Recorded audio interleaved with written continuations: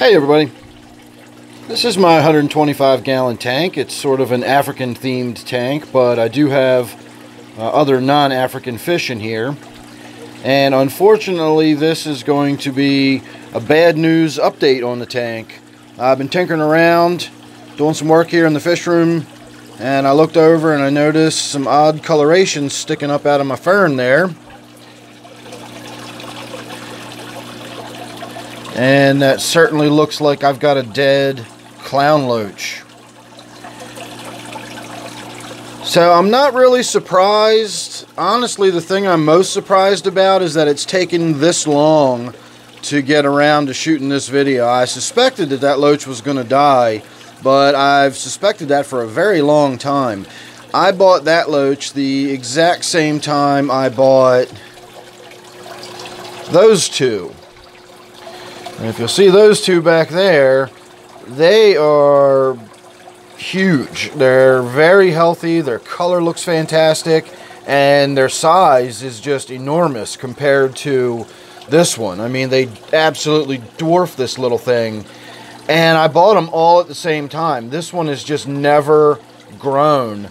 And when I was looking at it the other day, I noticed that some of the markings, the black marks along its back, were starting to turn gray and just didn't look very good. It was losing that sort of distinct black coloration and just in general wasn't looking too good. So I suspected it was probably always like a runt, we'll call it, or sickly. Possibly it's been living with parasites in its gut all of this time, and it's been competing with food, or competing for food with internal parasites. I don't know if that's the case or not. Generally, if a fish has parasites, it would have passed them on, in its waste. That's generally how the life cycle of internal parasites work. It gets, their eggs get passed on through the waste of the host fish.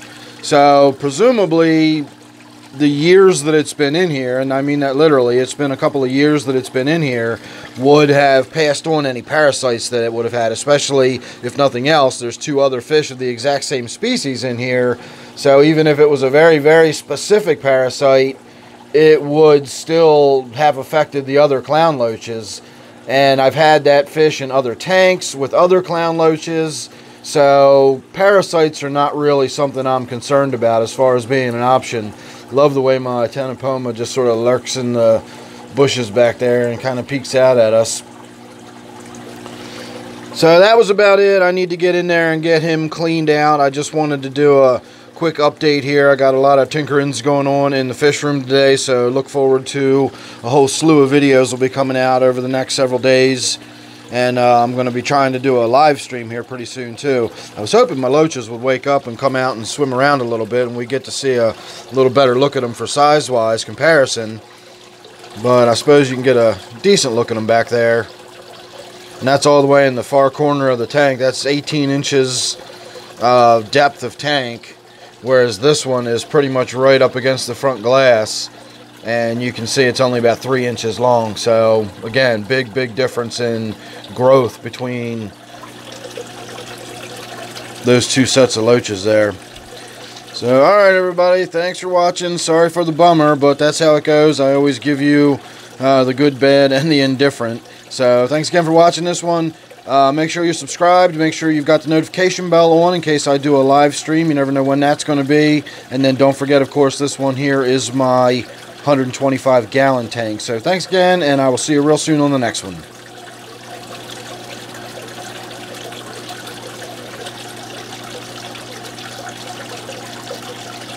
Didn't know the loaches were going to pop up into the current and give us a little show like that, so you got an extra little bonus footage. Alright everybody, thanks again. See you on the next one.